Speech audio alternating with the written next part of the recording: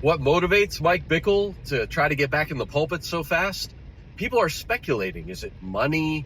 What is it? Love for Jesus? I don't know. No, actually, I think it's mostly about power, prestige. It's that narcissistic desire to be the center of attention, to have eyes on him, to have a voice, to have power, to have influence. The worst pain for a narcissist is to be ignored. And I think I mentioned this in a previous video, but when the charges were initially made public against Mike, or the accusations, the IHOP leadership, chiefly Stuart Greaves and others, would stand up there and they would be like, okay, we do have these allegations against Mike. And for now, we're asking him not to come to the prayer room, which he was in there like 6 days a week. He was always there 20, 30 hours a week. I mean, he was always there, right?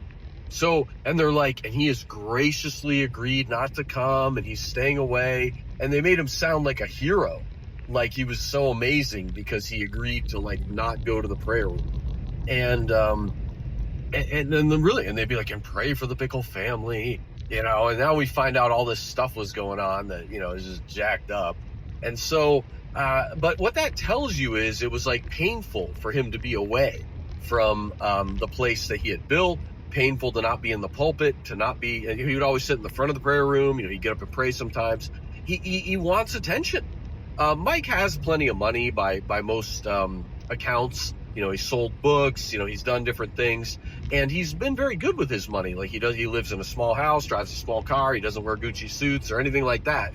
I don't think it's the money chiefly at all, really. And at his age, he can get Social Security or retirement, all this kind of stuff. But no, I wouldn't think about that. It's actually, he wants the attention. He craves the power, the attention. I mean, this man had an international audience. He sold, thousands, tens of thousands, maybe hundreds of thousands of books. He reached, I believe several million or millions of people were influenced by his teaching. And all of that evaporated almost overnight. So that's what's hurting this man. And that's even motivating his family member, Lisa Bickle Stribling, or Stribling Bickle, to get up there and say, oh, Jesus told me to restore him. I don't believe that at all. The man hasn't repented, hasn't owned what he did, would need to go through a lengthy healing process, forgiveness, repentance, possibly a legal process. I mean, he's nowhere close to being restored or needing to be anywhere near a pulpit or anything. So don't listen. I wouldn't tune into his teachings.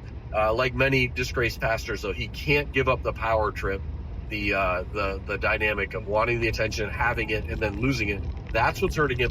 That's what's motivating this. I think that's really mostly at the heart of it. If you know something else is going on, let me know, or think differently. I want to hear it, but that's my take on it.